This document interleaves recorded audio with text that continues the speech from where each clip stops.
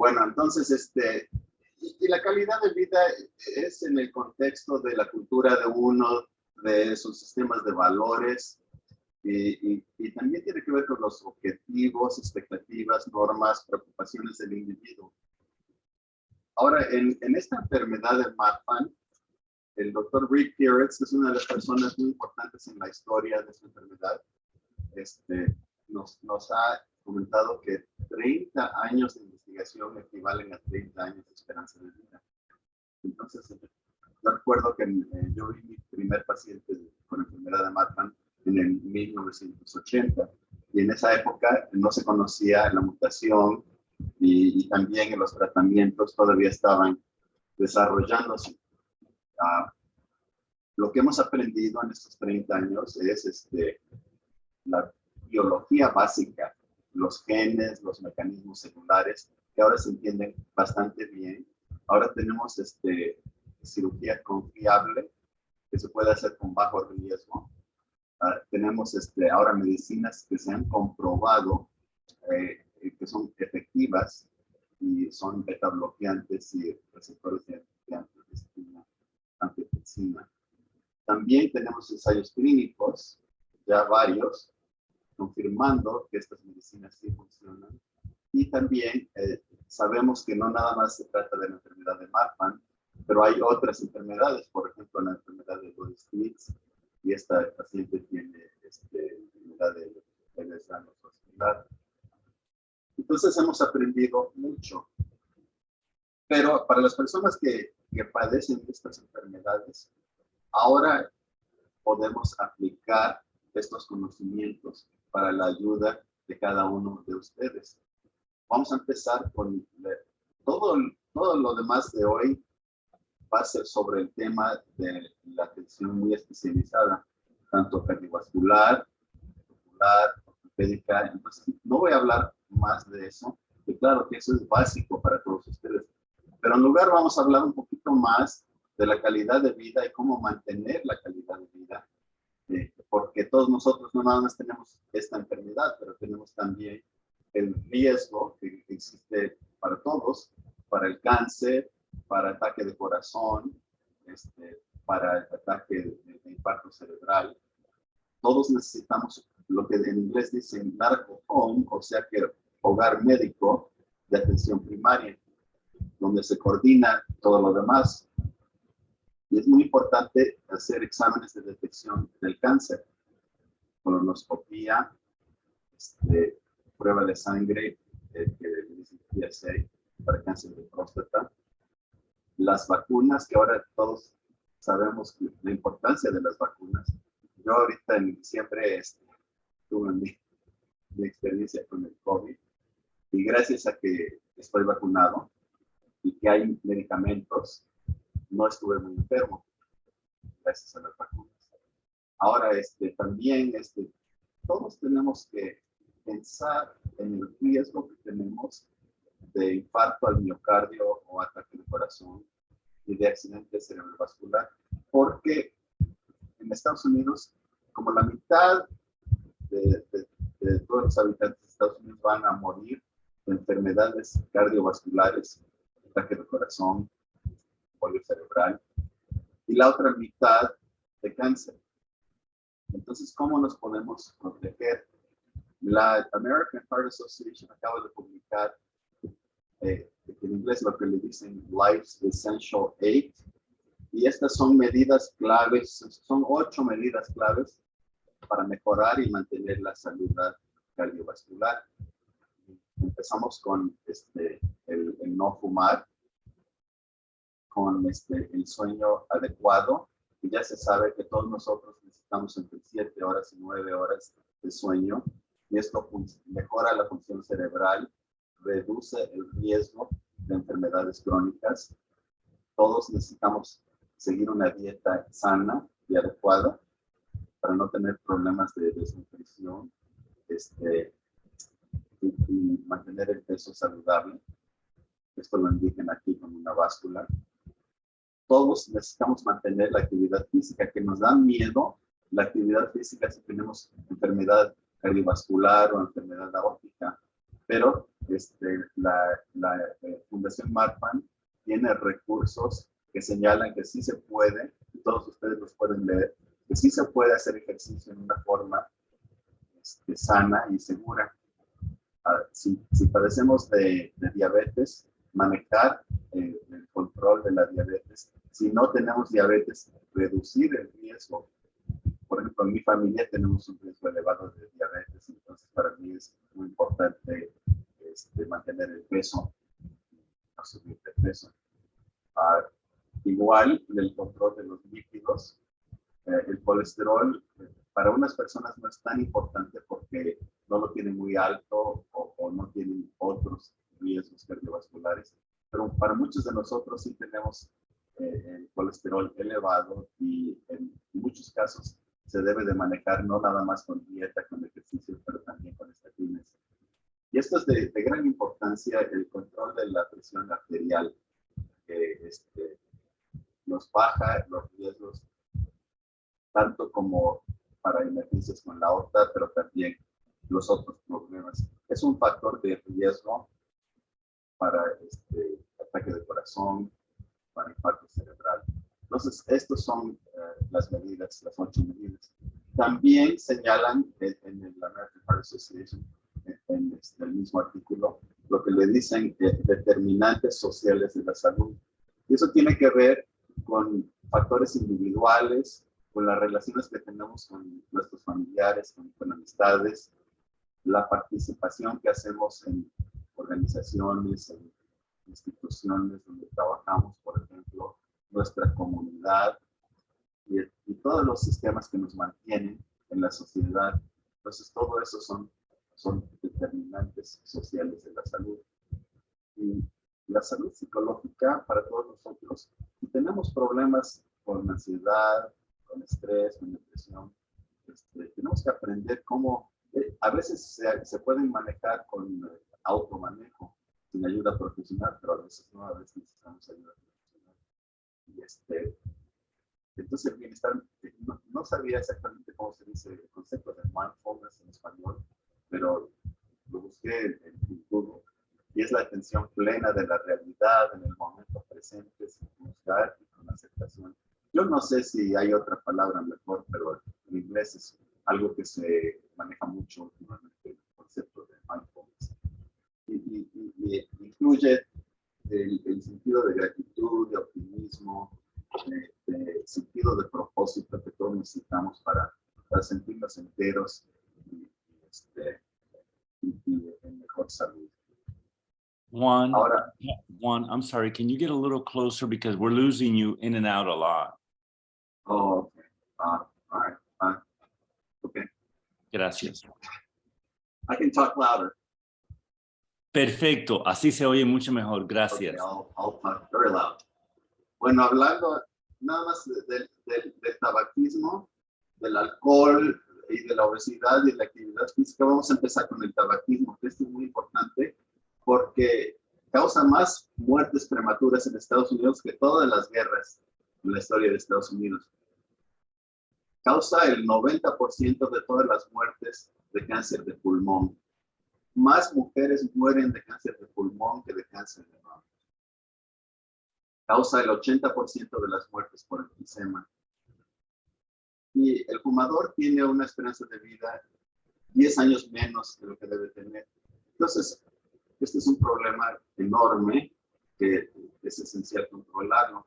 El alcohol igual, ahora en Estados Unidos se recomienda que para la mujer una bebida alcohólica diaria es el máximo, para el hombre 2 bebidas.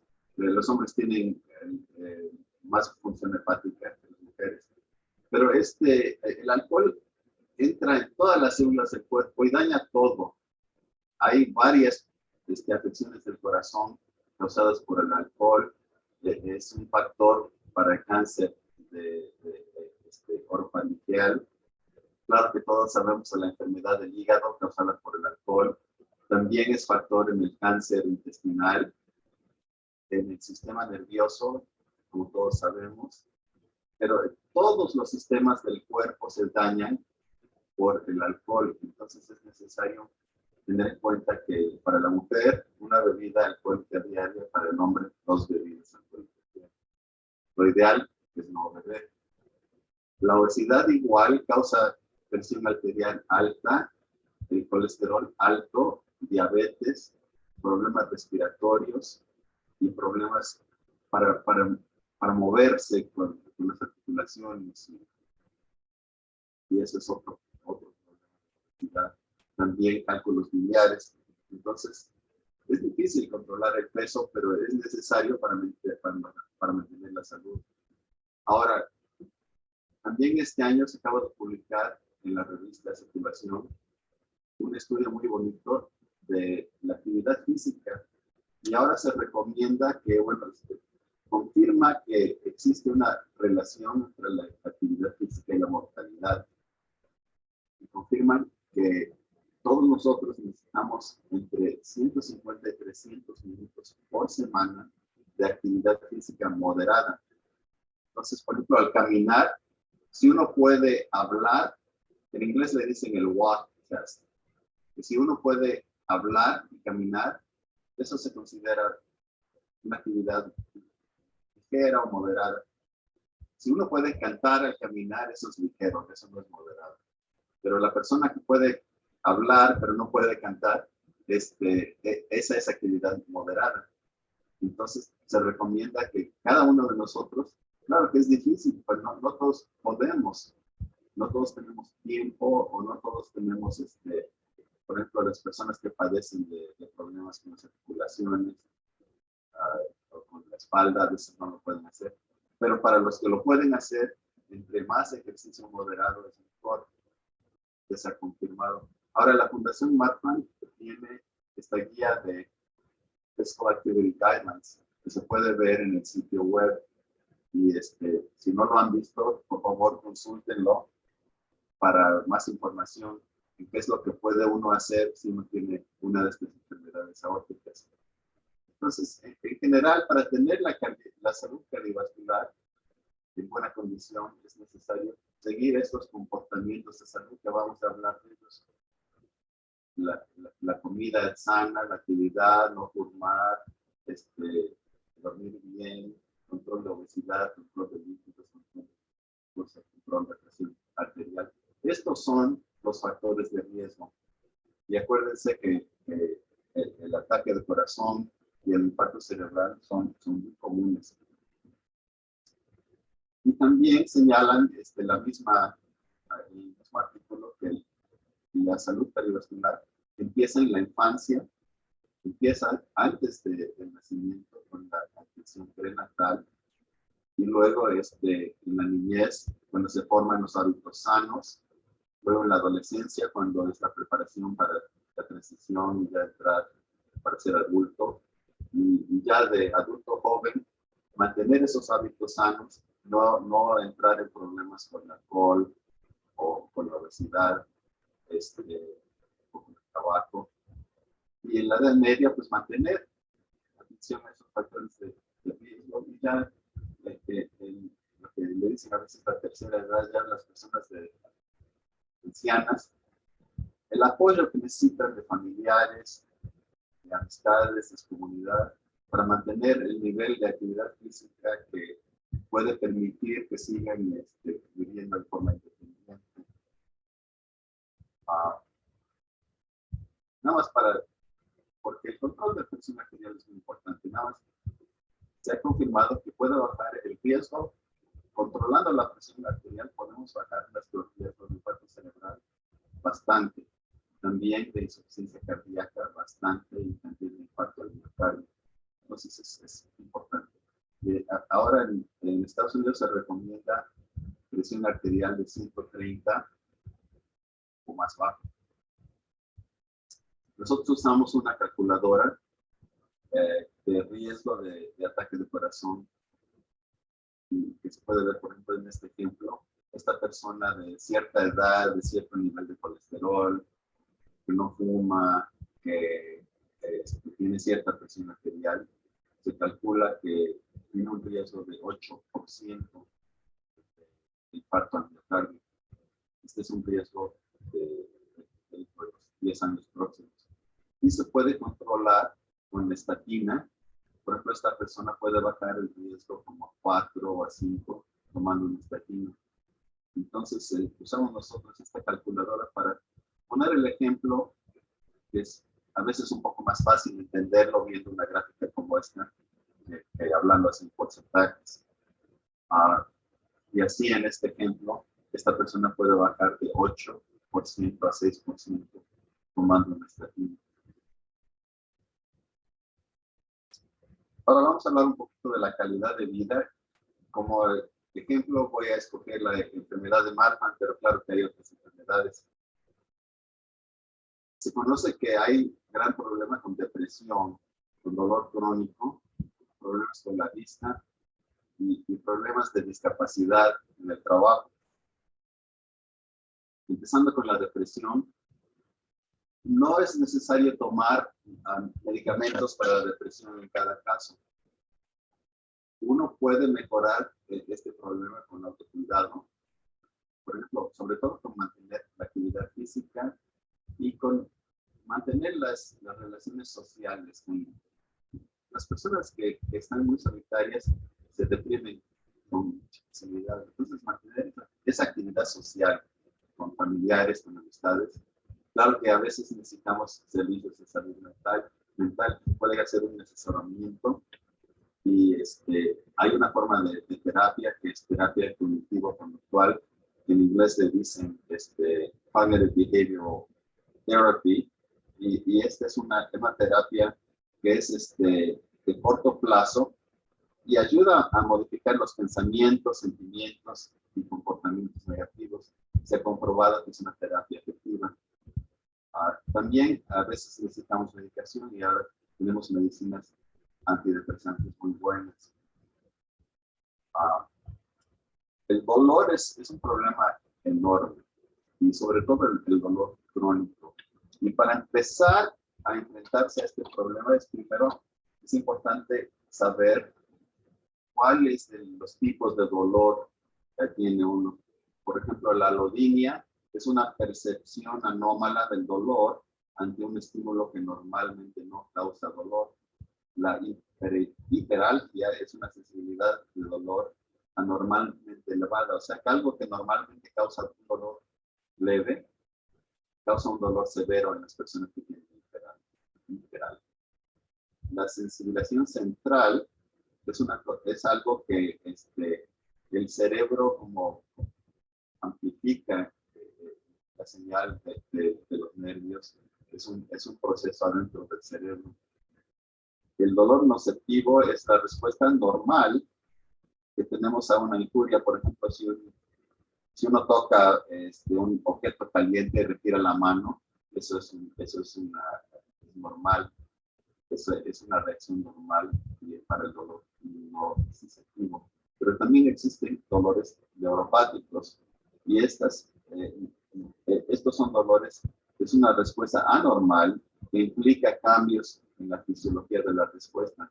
Y cada uno de estos tipos de dolor tiene su propio tratamiento. El médico de atención primaria muchas veces entiende bastante, pero no son especialistas en dolor. Muchas veces necesitamos servicios especializados que pueden ser no sin usar medicinas. Hay consultas con especialistas en el campo del dolor, hay fisioterapia y hay especialistas en fisioterapia en todas las comunidades. El tratamiento no farmacológico consiste a veces en fisioterapia. Yo tengo pacientes que usan, la clínica tiene servicios de acupuntura, tiene varios aparatos y servicios de neuroestimulación. Y también la terapia que hablamos de lo que dicen cognitive behavioral therapy o terapia cognitiva conductual también es de utilidad. Y claro que empieza todo con el diagnóstico correcto. Existen intervenciones, por ejemplo, inyecciones que se pueden hacer en las articulaciones o en la espina dorsal. Hay varias intervenciones que se conocen especializadas, claro, las medicinas. Y hay para el dolor neuropático, los medicamentos hay muchos tratamientos, pero todo comienza con el diagnóstico correcto. Ahora, en el sitio web de la Fundación Marfan hay un programa por esta doctora de Johns Hopkins que entra en más detalle de todo lo que les acabo de decir, pero vale la pena verlo, es muy bueno. Les recomiendo que... También el problema de la discapacidad es un problema importante porque yo tengo pacientes que ya no pueden trabajar y ¿qué hacen? Y muchas veces existen programas o servicios del gobierno o de la compañía de seguros, pero pues nosotros no entendemos, es complicado y cómo entrar para recibir esos servicios. También en la Fundación Marfan, en el sitio web, una presentación. Claro que esto es para Estados Unidos nada más, pero en el país donde vive uno, si hay servicios del gobierno, aquí, por ejemplo, en el estado de Minnesota, tenemos servicios del estado, pero es casi innecesario contratar a un abogado especializado en este campo para saber cómo utilizar estos servicios. Y yo tengo pacientes que tardaron 1 año o 2 años, pero sí lograron conseguir lo que necesitaban, el apoyo del gobierno, pero necesitaron ayuda de un abogado especializado. Entonces, las conclusiones para el tema de hoy son que es importante recibir atención médica especializada y vamos a hablar de eso todo el resto de la mañana. Pero también la atención primaria es muy importante y probablemente lo más importante para ustedes hoy es saber que las medidas claves para vivir mejor están a la mano y uno puede controlar estas medidas básicas en su propia vida muchas veces sin ayuda de otros. Pero para los que necesitamos ayuda, existen recursos. Por ejemplo, la Fundación Marfan es un recurso muy bonito para todos ustedes. Su propio médico, también el uso de servicios especializados, sobre todo en el dolor o servicios psicológicos, y servicios de personas que entienden el campo de la discapacidad. Entonces ya con eso concluyo y quiero agradecer mucho. Acuérdense de la Fundación Marfan que está aquí para ayudarnos a todos. Y muchas gracias por su atención.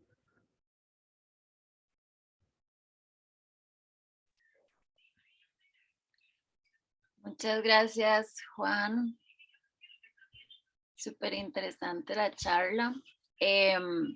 Acá tenemos un par de preguntas de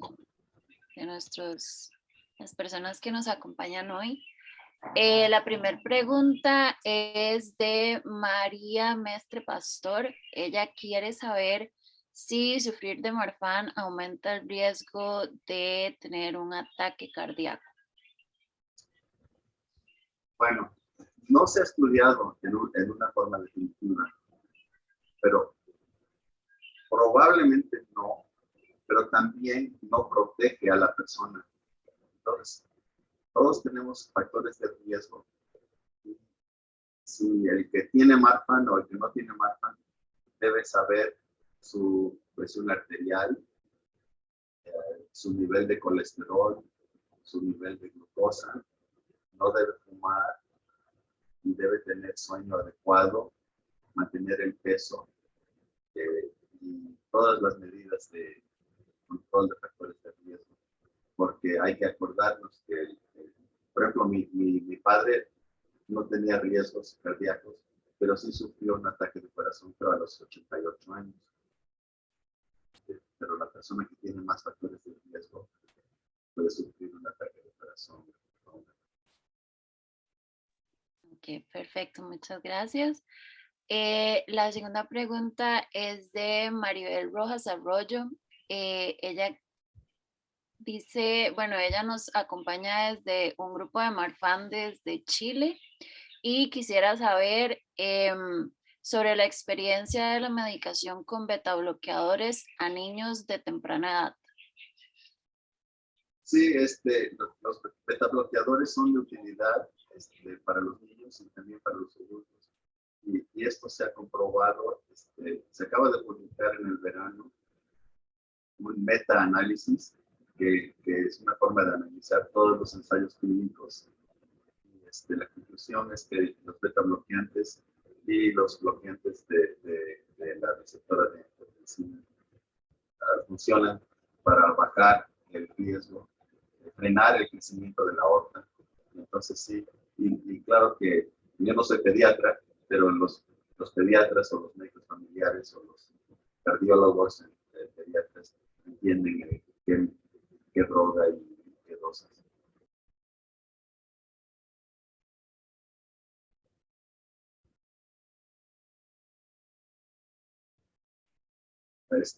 Betsy, no te escucho.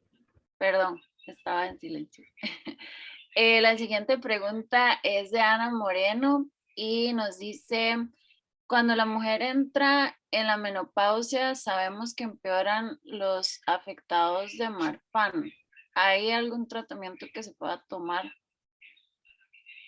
Pues eso también no se ha estudiado en la enfermedad de Marfan. Probablemente no es diferente que la persona que no tiene Marfan. Se puede utilizar el estrógeno que tiene ciertos riesgos, pero también ciertos beneficios. Y el médico personal conoce esos riesgos.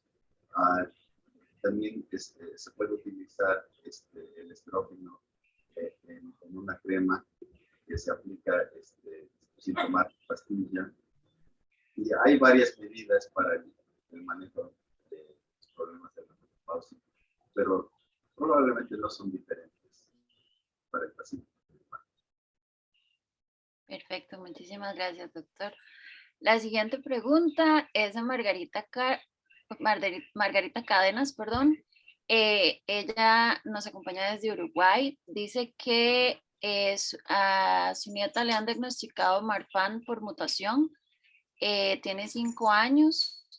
Nos menciona que en Uruguay hay muy poquitos casos de Marfan, pero le han dicho que tome colágeno para las articulaciones y también le han hablado de darle hormonas para detener el crecimiento.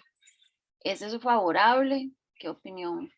Bueno, el tema de tomar colágeno, no, ese no es un tratamiento que se ha estudiado. Y lo más probable es que no tiene ningún efecto porque al tomar el colágeno, pues el cuerpo lo quiere y es como comer cualquier proteína. Yo no creo que se debe de utilizar suplemento de colágeno. Y la segunda medida el colágeno y qué más. Dice que colágeno y que le han sugerido que tome hormonas para detener el crecimiento. Bueno, eso, bueno, no sé, como yo no trabajo en ese campo con niños, pero yo diría que no sin consultar con un endocrinólogo especialista. Pero probablemente sería mejor, porque los tratamientos con hormonas son para las personas que tienen trastornos de hormonas que los pacientes con Marfan. Ok, perfecto. Vamos a pasar a la siguiente pregunta. Entonces, esta es de Sonia Sánchez. Dice que la hija tiene morfología física Marfan, es muy alta y delgada, con brazos y dedos muy largos, pies planos. Dice que le están haciendo seguimiento como si tuviera Marfan, pero no tiene problemas cardíacos ni oftalmológicos. Tiene 8 años y el resultado genético fue no concluyente. ¿Eso puede darse o debería de repetir la analítica? Sí, muchas veces, sí. Y entonces es mejor tener una consulta con un médico que entiende bien esta enfermedad, porque a eso le dicen el fenotipo. O sea, el fenotipo es el tipo, el aspecto físico de la persona que es alta, que tiene extremidades largas, que tiene miopía. Pero el fenotipo que le dicen marfanoide no es específico. Y es posible tener un fenotipo algo marfanoide, pero no tener nada y estar completamente sano sin ninguna mutación. También es posible tener fenotipo marfanoide y tener otra de las enfermedades como la enfermedad de Kids. Y si la prueba se hizo en un laboratorio conocido, con alta calidad, no se tiene que repetir ahora, pero lo que hacemos nosotros con estos casos que son inconclusivos, repetimos las pruebas a los 3, 5 años. Y es importante usar un laboratorio confiable. Pero qué bueno que no tiene problema. Sí, perfecto. Muchas gracias, doctor. Tenemos varias preguntas. Entonces, bueno, vamos con la siguiente. Esta es de Ignacio Pérez. Dice que tiene 2 hijos, uno de 5 y otro de 2 años. ¿Debe esperar a que crezcan para ver si para ver su aspecto físico, o es mejor empezar a hacer alguna prueba a esas edades? Si él tiene la mutación, es mejor hacerle la prueba a los niños ahora para saber lo que tienen, porque si tienen la misma mutación pueden empezar con el tratamiento. Y también otra cosa con los niños que se puede modificar un poquito. Si uno tiene un joven de 15 años o de 16 años, que por ejemplo que es deportista, que le importa mucho el fútbol o el básquetbol, y luego para decirle a ese niño que mejor no participe en esos deportes es muy difícil. Pero tener un niño de 5 años y saber lo que tiene, y entonces empezar a modificar sus actividades de niño para que no entre, por ejemplo, a ese tipo de deporte es más fácil. Es mejor saber a la edad más temprana posible. Sí, totalmente de acuerdo. Mejor prevenir. Ok. La siguiente pregunta es de Carmela Arias Santiago. Ella quisiera saber si hay algún estudio que confirme la relación entre la depresión o la ansiedad con el síndrome de Marfan, o si simplemente puede ser algo que se da a consecuencia de convivir con dolor, limitaciones y pues todo lo que conlleva tener una condición Sí. médica crónica. Es una pregunta muy importante, y de veras que no se sabe. Sí se sabe que, por ejemplo, más del 50% de los pacientes con Marfan tienen problemas con depresión, pero de veras que no se sabe si es un estado biológico que tiene que ver con la mutación o si es a consecuencia de vivir con dolor y con problemas de vista y saber que tiene unos problemas del corazón. No se sabe. Pero lo que sí se sabe es que la depresión se puede controlar, se puede tratar, que se puede ayudar mucho a la persona que sufre con depresión. Perfecto. Ok. La siguiente pregunta dice que es de Nuria y ella quisiera saber si los problemas en el sistema linfático son propios de Marfan. En general, no. Sí existen ciertas mutaciones que afectan el sistema linfático, pero en general en la enfermedad de Marfan no. Muchas gracias. Luego tenemos a Julián David Herrera. Él quiere saber si existe relación entre Marfan y autismo, Asperger o la osteoporosis. Bueno, conexiones con autismo o con Asperger, probablemente no. Aunque también estos temas no se han estudiado con la metodología para saber de forma muy confiable, pero probablemente no.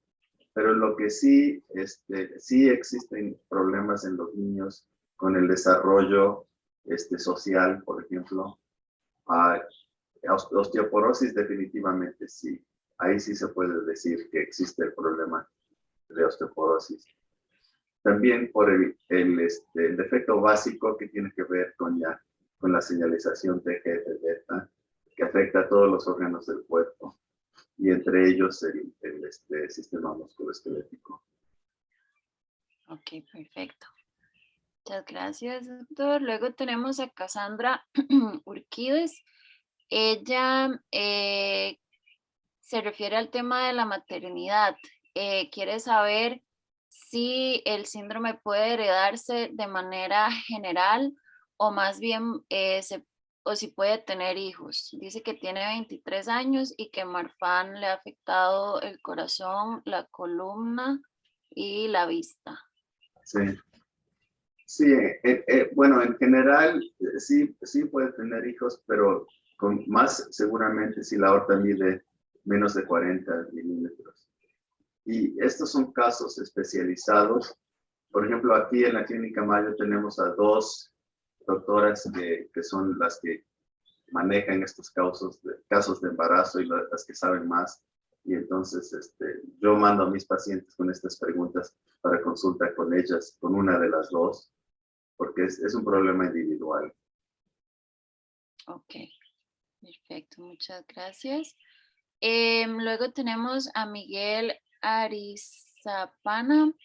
Nos pregunta a qué edad es recomendable la cirugía de pared torácica como pectum excavatum en pacientes con síndrome de Marfan. Pregunta muy importante.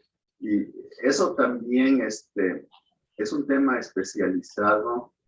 Y bueno, lo que hacemos aquí en nuestra clínica, tenemos una doctora que trabaja en Arizona. Tenemos Clínica Mayo en Arizona también.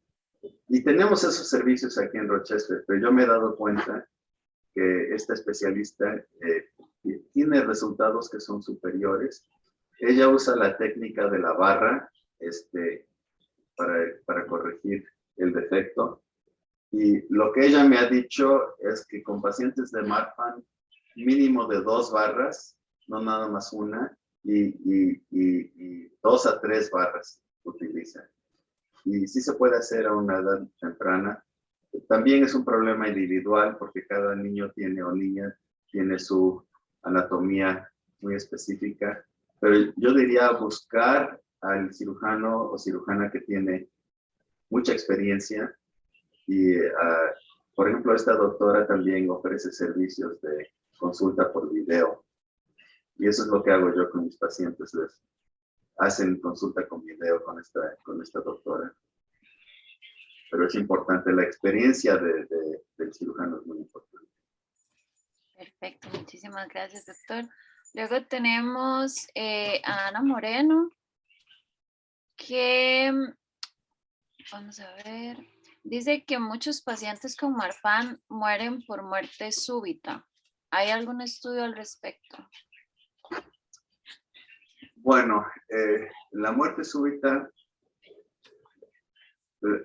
en general es por una emergencia aórtica, por disección o ruptura de la aorta.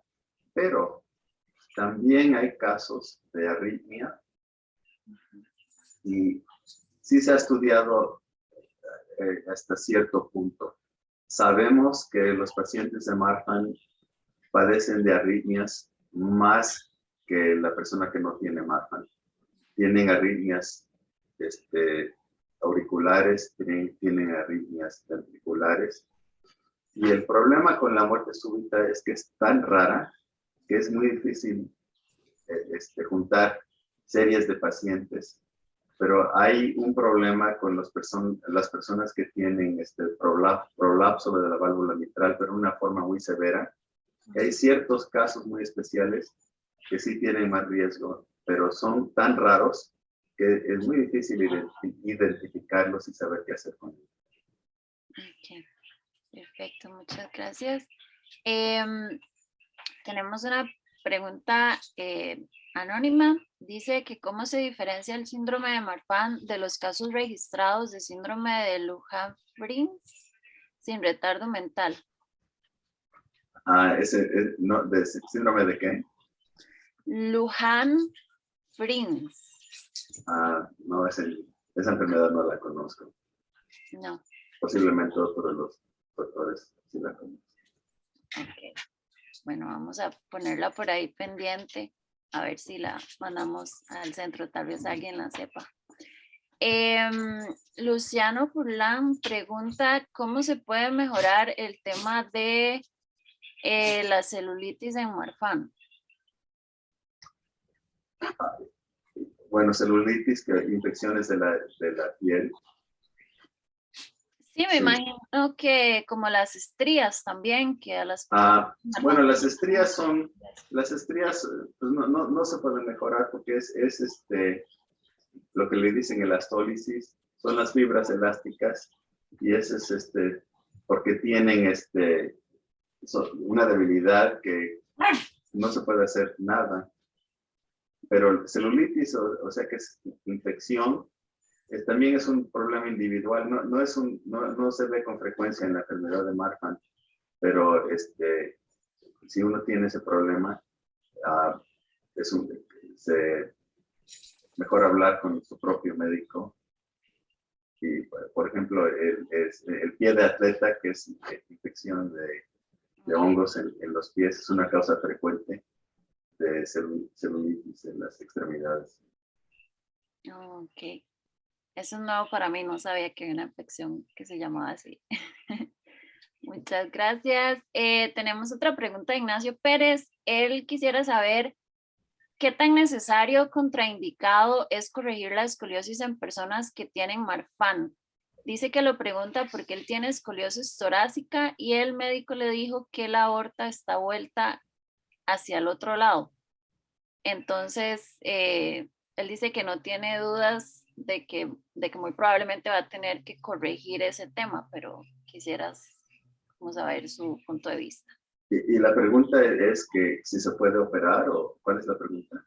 Que si es necesario o qué tan contraindicado puede ser corregir la escoliosis en las personas con Marfan. Sí. También casos individuales, sí es necesario corregir la escoliosis si es muy severa. Y si no es severa, es mejor no operar. Pero también lo mejor es una consulta con ortopedista, con experiencia, con niños o con adultos jóvenes con Marfan.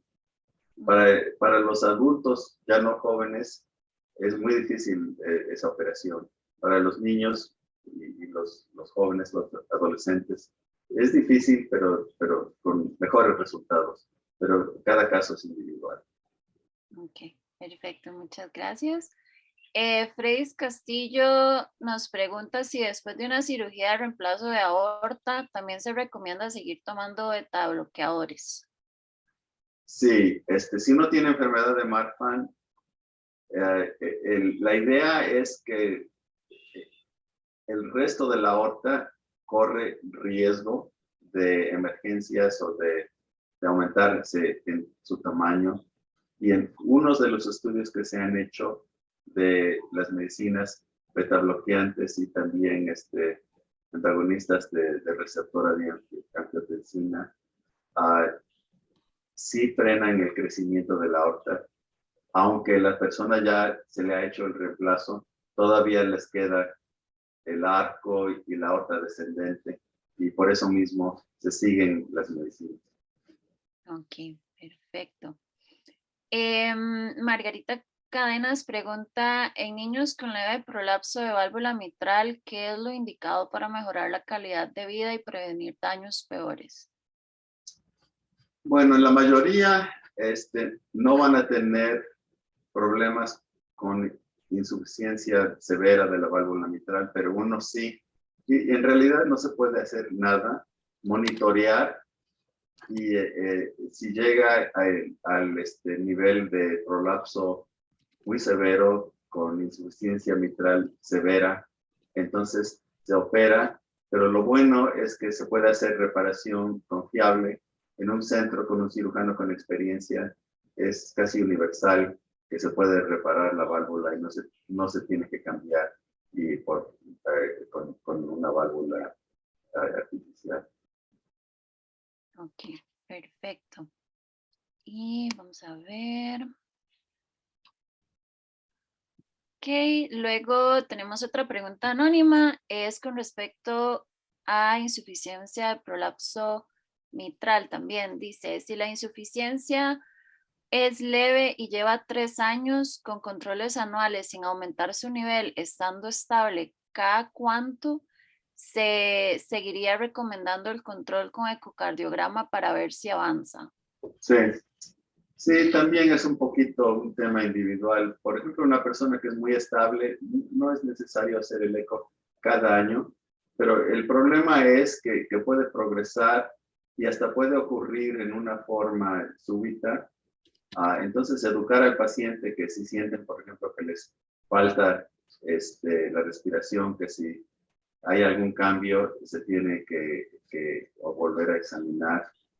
También, si el médico tiene también la habilidad y la capacidad de usar el estetoscopio y también puede distinguir entre las formas muy leves y las que no son muy leves. Entonces, todo depende de quién es el médico y las características del paciente, pero lo que yo diría es que todas las condiciones necesitan seguimiento por vida.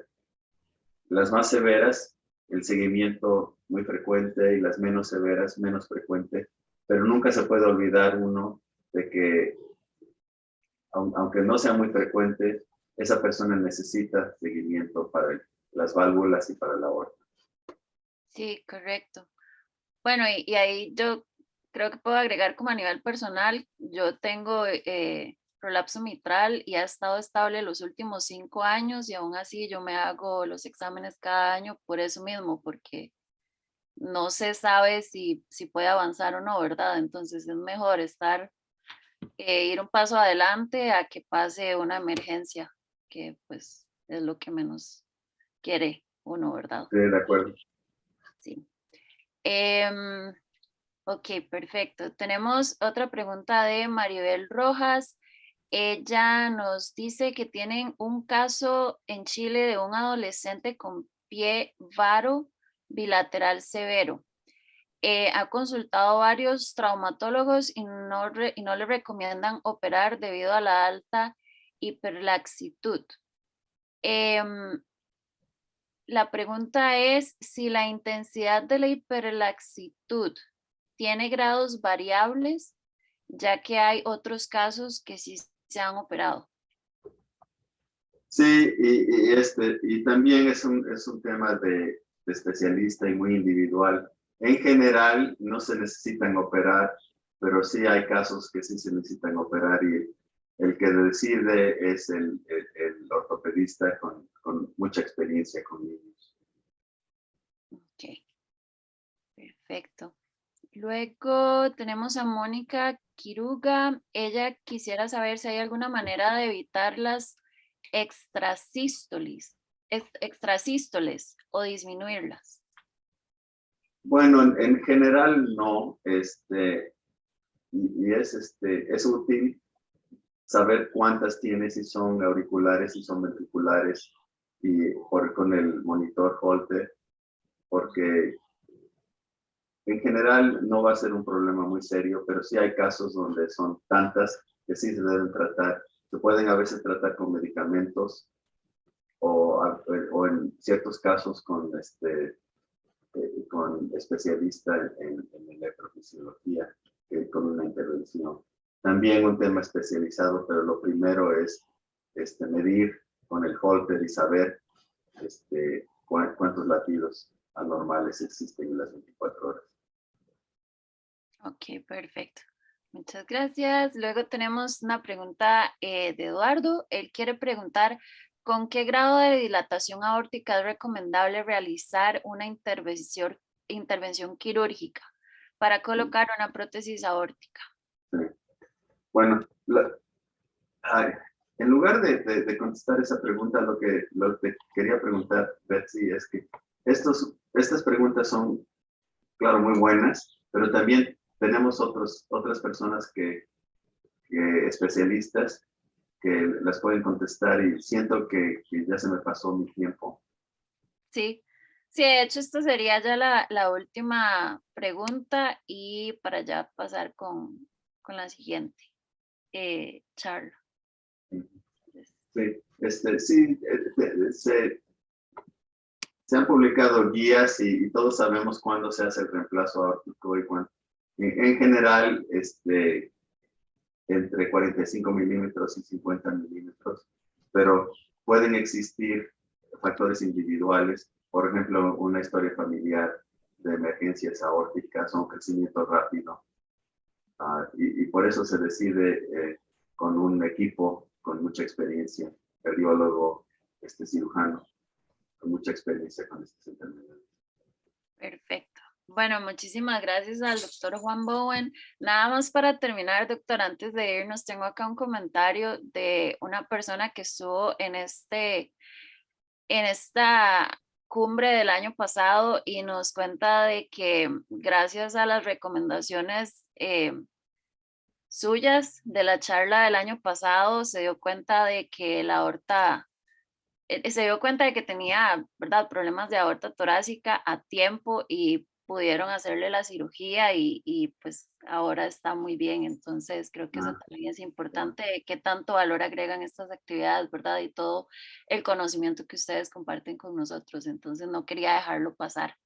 Sí, sí, muchas gracias y por eso lo hacemos. Es un placer estar con ustedes y servir en esta capacidad. Perfecto.